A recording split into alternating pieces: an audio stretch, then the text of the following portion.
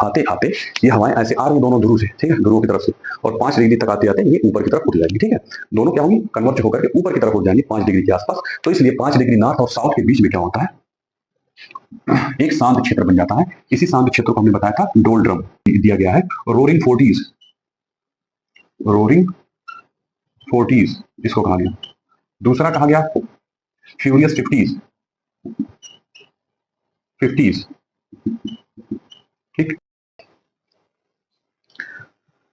नमस्कार दोस्तों, मैं हूं ताहिर परवेज और आप देखना शुरू कर चुके हैं मेरा YouTube channel CM classes. CM class में आज आइए हम बात करते हैं विंड्स के बारे में, यानी पवन क्या होती है, पवन क्या है और कैसे ये चलती है, ग्लोब पर कितने तरीके के पवन होते हैं, इन सारी चीजों की हम आज यहाँ बात करने जा रहे हैं। बिना किसी भूमिका में डायरेक्ट आइए आप समझते हैं कि आपको बताते हैं कि पवनें कितने तरीके की होती है। मूल रूप से पवनें जो होती है विंड्स, वो 3 तरह की होती है। पहली जो है वो है प्राइमरी विंड, प्राइमरी विंड्स। दूसरी है सेकेंडरी विंड,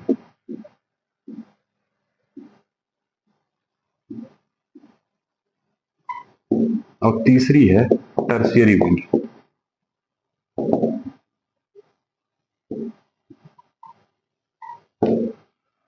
ये 3 तरह की पवनें होती हैं जिसमें हम क्या कहते हैं, प्राइमरी विंड, सेकेंडरी विंड और टर्शियरी विंड। प्राइमरी विंड्स को हम प्लैनेटरी विंड या प्रिवेलिंग विंड्स भी कहते हैं, ठीक है, क्योंकि ये पूरे प्लेनेट पर पाई जाती है, इसको प्लैनेटरी विंड कहते हैं। पूरे प्लेनेट का मतलब पूरे अर्थ के प्लेनेट पर ये पाई जाती है, इसलिए प्लैनेटरी विंड्स भी कहते हैं। और इसको प्रिवेलिंग विंड मतलब ये हमेशा, ये हर जगह इनका उपस्थिति हमेशा कंटिन्यूअस बनी रहती है, इसलिए प्रिवेलिंग विंड्स भी कहते हैं। दूसरा है सेकेंडरी विंड्स, जिसको हम सीजनल विंड्स भी कहते हैं। ये सीजन में उपस्थित होती है फिर गायब हो जाती है, किसी पर्टिकुलर सीजन में किसी एरिया में पाई जाएंगी, ठीक है, इसलिए इनको सेकेंडरी विंड्स को हम सीजनल विंड्स कहते हैं। और तीसरी जो है टर्शियरी विंड, जिसको कि हम लोकल विंड्स भी कहते हैं। जैसे भारत में लू जो है, ठीक है, ऐसे दुनिया के अलग अलग देशों में भी क्या होती है, वहां की लोकल विंड्स चलती हैं जिनको हम टर्शियरी विंड्स कहते हैं। इन दो के बारे में आज हम चर्चा नहीं करेंगे, आज हम बात करेंगे प्राइमरी विंड्स के बारे में। तो आइए देखते हैं प्राइमरी विंड्स क्या होता है। प्राइमरी विंड्स जो होती है वो मूल रूप से 3 तरह की होती है। पहला होता है ट्रेड विंड, ट्रेड विंड्स, ठीक है। दूसरा है वेस्टर्लीज, और तीसरा है ईस्टर्लीज। ट्रेड विंड को हम हिंदी में कहते हैं व्यापारिक पवने, वेस्टर्लीज को कहते हैं पछुआ पवने, और ईस्टर्लीज को हम कहते हैं पूर्वा पवने। ये 3 तरह की पवने होती है जो अस्थायी रूप से चलती है। आइए इन पवनों को जानने से पहले, चूंकि पिछली कक्षा में हमने आपको बताया था प्रेशर बेल्ट यानी कि वायुदाब पेटी क्या होती है, वो हमने डिटेल बताया था। उसमें थोड़ा सा और फिर से एक बार रिकैप ले लेते हैं, पूरी चीज को फिर से समझ लेते हैं हल्के में, फिर उसके बाद तब हम पवने बताएंगे तो ज्यादा क्लियर होगा। उसमें हमने बताया था 7 तरह की पेटी होती है। पहले होती है 5 डिग्री नॉर्थ और साउथ के बीच में, 5 डिग्री नॉर्थ और 5 डिग्री साउथ के बीच में, इसको कहते हैं इक्वेटोरियल लो प्रेशर बेल्ट कहते हैं, ठीक। इक्वेटोरियल लो प्रेशर बेल्ट होती है। और फिर 30 डिग्री से 35 डिग्री उत्तरीय गोलार्ध में, 30 से 35 डिग्री के बीच, इसी तरीके से दक्षिणी गोलार्ध में 30 से 35 डिग्री के बीच क्या होती है, सब ट्रॉपिकल हाई प्रेशर बेल्ट होती है। उच्च दाब की पेटी होती है उत्तरी गोलार्ध में और दक्षिणी गोलार्ध, ठीक। इसी तरीके से 60 डिग्री और 65 डिग्री के बीच, 60 से 65 डिग्री के बीच उत्तरी गोलार्ध में और दक्षिणी गोलार्ध में क्या होता है, सब पोलर लो प्रेशर बेल्ट होती है, ठीक।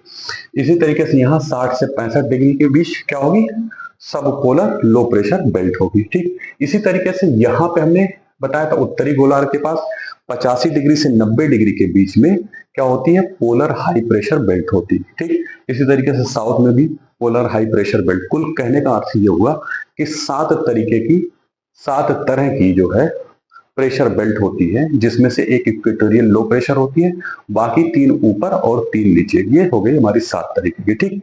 फिर हमने बताया था सेल्स के बारे में। 3 तरह की सेल्स होती हैं, जिसमें पहली क्या होती है, हेडली सेल, दूसरी होती है फेरल सेल, और तीसरी होती है पोलर सेल। ये तरीके बताया था।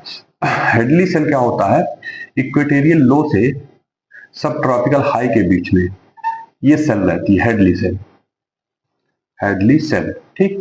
और ये सब ट्रॉपिकल हाई से सब पोलर लो के बीच फेरल सेल, और ये सब पोलर लो से पोलर हाई के बीच में क्या होती है, पोलर, पोलर सेल। 3 सेल्स होती हैं, ठीक है, जो इसकी पूरी सर्किल को, यानी जो पवन ऊपर से उठी नीचे की तरफ जाकर के यहां से उठी और फिर जाके 30 से 35 डिग्री पर डाउन होती है, तो एक पूरा चक्र बनता है, तो उसको हेडली सेल बोलते हैं, ठीक है।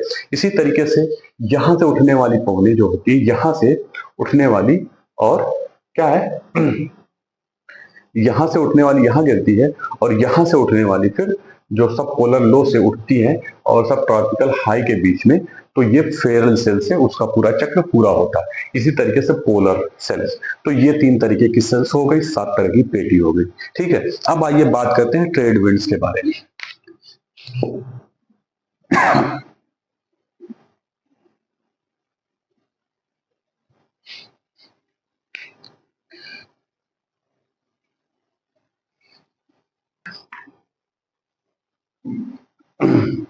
आइए बात करते हैं ट्रेड विंड्स, यानी कि जो है व्यापारिक पवनें, जिसको हिंदी में कहते हैं व्यापारिक पवनें।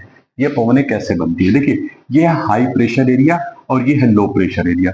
जाहिर सी बात है कि हाई प्रेशर से लो प्रेशर की तरफ पवनें हमेशा चलती है। हवा जो है वो हाई प्रेशर से लो प्रेशर की तरफ चलती है, ऐसे।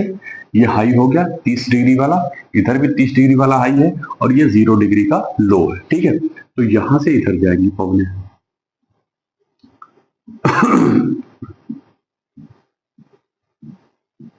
ठीक है, ये हो गया। लेकिन क्या होता है, इनकी दिशा ऐसे नहीं होती है, इनकी दिशा ऐसे ना होकर के कुछ ऐसे होती है। ये दिशा इनकी डिफ्लेक्ट हो जाती है अपनी दिशा से, ठीक है। इसी तरीके से यहां से ऐसे, इसके पीछे का कारण ये है, ये कोरियालिस इफेक्ट होता है, ठीक है। कोरियालिस इफेक्ट क्या होता है, पृथ्वी के रोटेशन के कारण, जो अपनी एक्सिस, अपनी धुरी पर वो घूमती है, जिसके कारण एक इफेक्ट, एक बल उत्पन्न होता है, जिसको कोरियालिस बल कहते हैं, और उससे जो प्रभाव उत्पन्न होता है उसे कोरियालिस इफेक्ट कहते हैं, कोरियालिस इफेक्ट, कोरियालिस इफेक्ट, ठीक है।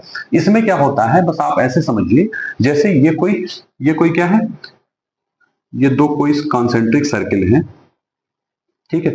यहां पे कोई पॉइंट ए है, यहां कोई पॉइंट बी है, ठीक है।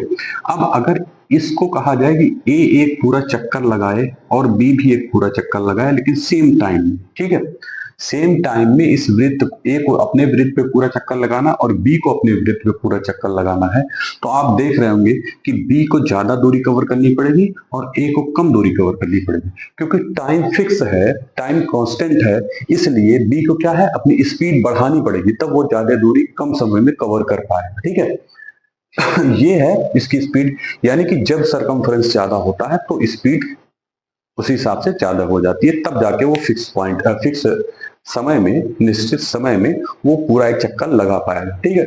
यहां पे इसी लॉजिक का यूज करते हैं और सीखते हैं कैसे होता है ये। देखिए है क्या कि ये जो इक्वेटर का है सर्किल, ये बड़ा है, ठीक, और यहाँ पे जो बनेगा वो छोटा, क्योंकि हमने बताया था कि अक्षांश रेखाएं जो होती हैं वो गोलाकार शेप में होती हैं, और ध्रुवों की तरफ जो है, जब जैसे जैसे ध्रुवों की तरफ बढ़ती जाती है तो अक्षांश रेखाओं की लंबाई वो छोटी होती जाती है, और सबसे ज्यादा लंबाई जो उसकी रहती है वो इक्वेटर पर रहती है, ठीक है। इक्वेटर पे सबसे ज्यादा लंबाई रहती है, और ध्रुवों की तरफ जैसे जैसे जाते हैं उनकी लंबाई कम होती जाती है। तो जाहिर सी बात है 30 डिग्री पर जो अक्षांश रहेगी उसकी लंबाई कम, और इक्वेटर पे जो रहेगी अक्षांश उसकी लंबाई ज्यादा रहेगी, ठीक। अब जब लंबाई ज्यादा रहेगी तो इस पर जो पॉइंट रहेगा उसको तेजी से कवर करना पड़ेगा एक चक्कर, इस पे जो रहेगा उसको स्लो स्लो चलेगा, तब भी वो उतने फिक्स टाइम में मतलब दूरी कवर कर लेगा, ठीक है। तो जब ये यहां से चला तो आना चाहिए इसको यहां, लेकिन इस पर जो पॉइंट है वो तेजी से आगे बढ़ रहा है, इसलिए इस पॉइंट, ये तब तक ये पॉइंट यहां पहुंच जाएगा, ठीक है।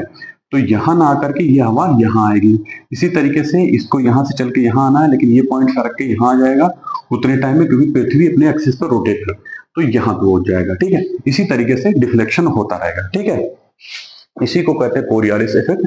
और कोरियालिस इफेक्ट के कारण हवा की जो दिशा होती है वो बदल जाती है। तो ये हवा ऐसा लगती है कि ये नॉर्थ ईस्ट से आ रही है और ये हवा साउथ ईस्ट से आ रही है। ठीक है, ये नॉर्थ ईस्ट से आती है और ये साउथ ईस्ट से आती है।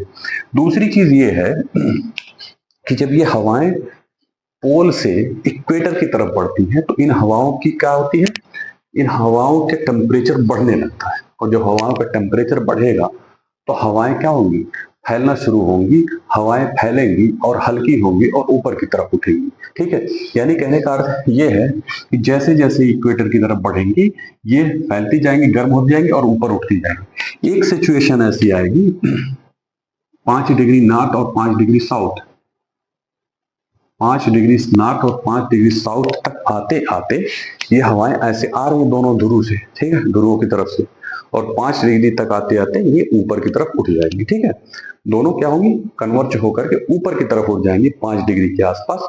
तो इसलिए 5 डिग्री नॉर्थ और साउथ के बीच में क्या होता है, एक शांत क्षेत्र बन जाता है। इसी शांत क्षेत्र को हमने बताया था डोलड्रम।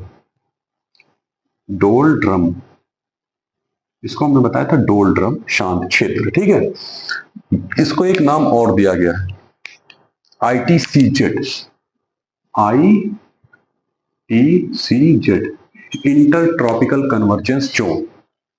इसको हम क्या कहते हैं, इंटर ट्रॉपिकल कन्वर्जेंस जोन भी कहते हैं। ठीक है, तो ये रही हमारी ट्रेड विंड्स। ठीक, अब आइए हम बात कर लेते हैं वेस्टर्लीज के बारे में। ठीक है, तो यहाँ पे जैसे हाई प्रेशर से लो प्रेशर की तरफ चल रही है पवन, इसी तरीके से फिर ये हाई प्रेशर और इसके बगल में लो प्रेशर, तो इधर भी हवाएं चलेंगी,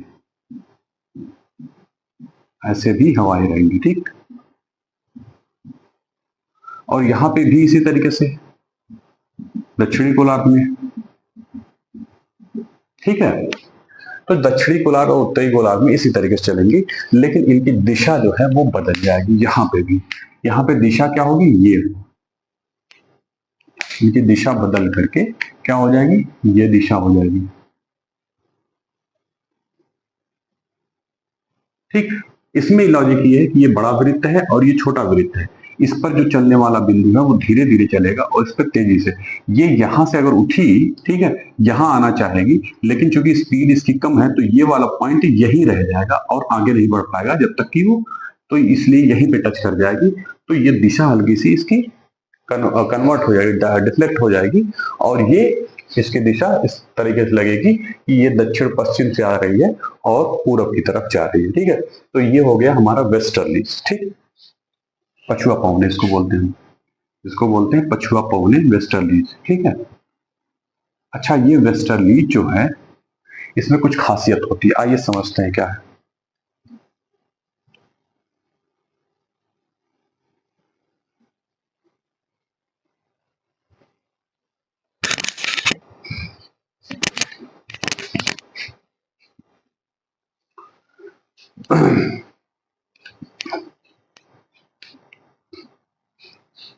ये जो वेस्टर्लीज होती है इसकी स्पीड जो होती है ना, ये दक्षिणी गोलार्ध में बहुत ज्यादा होती है। हमने बताया कि हवाओं के चलने के लिए मेन रीजन जो होता है वो होता है प्रेशर, यानी उच्च दाब से निम्न दाब की ओर। लेकिन सिर्फ और सिर्फ यही एकमात्र कारण नहीं होता, इसके पीछे और भी कारण होते हैं। हवाओं के चलने की जो गति होती है उस गति को प्रभावित करने वाला सिर्फ और सिर्फ एक कारण प्रेशर यानी कि वायु दाब भी नहीं होता है, इसके अलावा भी और रीजन होता है। वो रीजन होता है कि अगर इसके रास्ते में कोई और व्यवधान आ जाएगा तो इसकी स्पीड कम हो जाएगी। ठीक है, तो स्मूथ सरफेस पर ये तेजी से चलती है और खुरदरे सरफेस यानी उबड़ खाबड़ क्षेत्रों पे इसकी स्पीड कम हो जाती है। ठीक है, अब यहाँ पे क्या होता है, उत्तरी गोलार्ध में, उत्तरी गोलार्ध में चूंकि अधिकांश जो महाद्वीपीय क्षेत्र है, स्थलीय क्षेत्र है जिसमें पहाड़ वगैरह भी है, वो उत्तरी गोलार्ध में ही स्थित है। एकमात्र छोटा सा द्वीप अपना ऑस्ट्रेलिया वो साउथ में है, जो कि बहुत महत्वपूर्ण है। बहरहाल ऊपर जो है उत्तरी गोलार्ध में ज्यादा से ज्यादा स्थल है और दक्षिणी गोलार्ध में ज्यादा से ज्यादा महासागर है। ठीक है, तो इनकी स्पीड जो होती है वो दक्षिणी गोलार्ध में बहुत ज्यादा हो जाती है। तो इसलिए इसको क्या है, इसको अलग अलग नामों से पुकारा जाता है इसकी स्पीड की वजह से। पहला नाम इसको दिया गया है रोरिंग फोर्टीज, रोरिंग फोर्टीज इसको कहा गया। दूसरा कहा गया फ्यूरियस फिफ्टीज, ठीक। और तीसरा नाम इसका दिया गया श्रीकिंग सिक्सटीज, यानी कि 40 डिग्री पर इसकी स्पीड थोड़ा ज्यादा हो जाती है, 50 डिग्री पे और ज्यादा, और 60 डिग्री पर इसकी स्पीड और ज्यादा होता है। ये तीन नाम जो दिया गया वेस्टर्लीज पछुआ पवनों का नाम, जो साउथ जो हमारा गोलार्ध है, साउथ जो हेमिस्फीयर है, उसमें इनका नाम दिया गया। इसका नाम है चीखता साठा हिंदी में कहते हैं, और इसको प्रचंड पचासा, बहुत तेज, ये 50 डिग्री पर ये बहुत तेज चलती है, इसलिए प्रचंड पचासा भी कहते हैं, और इसको चीखता साठा, और इसको कहते हैं दहाड़ता चालीसा, ठीक है। तो ये तीन नाम उनके वेस्टर्लीज के दिए गए, ठीक है। अब आइए हम बात कर लेते हैं अगली जो है ईस्टर्लीज, ठीक। एक और हमारा बचा है, इसके बाद ये पवने जो अस्थाई पवने हैं वो खत्म हो जा रही हैं, ठीक है। तीसरा नाम जो है वो है ईस्टर्लीज। ईस्टर्लीज जिसको कहते हैं पूर्व पवने।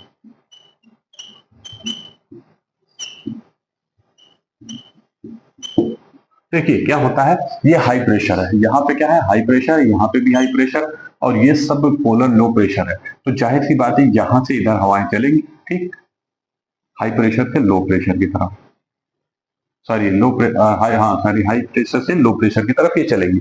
अब यहाँ पे फिर वही सेम कंडीशन है कि इनकी दिशा जो है बदल जाती है, ठीक है। इनकी दिशा बदल के ये हो जाएगी,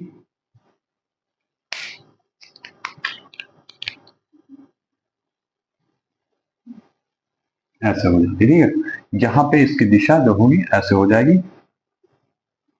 बस एक चीज आप एक मंत्र जानिए कि हवाओं की दिशा जो रटने की आवश्यकता नहीं है। उत्तरी गोलार्ध में क्या होती है, हवाएं अपने गति की दिशा के दाहिनी तरफ होती है, जो उनकी गति की दिशा होती है उससे दाहिनी तरफ डिफ्लेक्ट होती है, और दक्षिणी गोलार्ध में क्या होता है कि अपनी गति के दिशा के वो बाईं तरफ, जिस तरफ गति करती है उसके बाईं तरफ डिफ्लेक्ट होती है, ठीक है। ये दक्षिणी गोलार्ध में बाईं तरफ, उत्तरी गोलार्ध में दाईं तरफ होता है, ठीक है।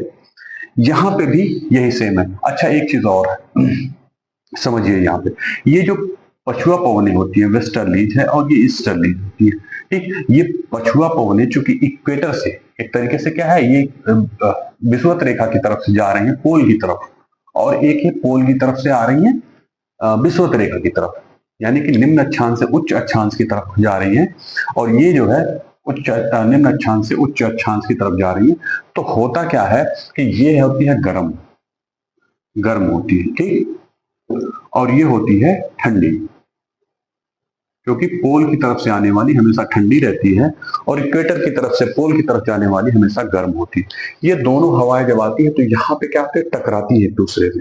जब टकराती हैं तो उस केस में क्या होता है कि जो गर्म हवा होती है वो ऊपर चली जाती है, और जो ठंडी हवा होती है वो नीचे चली जाती है। तो वहां पे बनता है फ्रंट, उसको हम कहते हैं फ्रंट का एक डिटेल और कॉन्सेप्ट है। बहरहाल यहाँ मोटी मोटा आप समझिए कि जब दो ऐसी वायु राशियां जो अलग अलग नेचर की होती हैं, यानी एक गर्म और एक ठंडी, जब वो आपस में टकराती हैं तो गर्म हवा ऊपर उठ जाती है और ठंडी हवा नीचे, ऊपर और नीचे के चक्कर में वो पूरा राउंड लगाती हैं। तो वहां पे बहुत एक तरीके से कहते हैं बहुत जटिल स्थिति उत्पन्न हो जाती है मौसम की, यहाँ पे जो है बारिश तूफान जैसी घटनाएं होती है जब फ्रंट बनता है, ठीक है। तो ये रहा पूरा हवाओं का खेल जो स्थायी रूप से इस ग्लोब पर चलती है। पहला है ट्रेड विंड जिसको हम कहते हैं व्यापारिक पवनें, दूसरा है वेस्टर्लीज, और तीसरा है ईस्टर्लीज।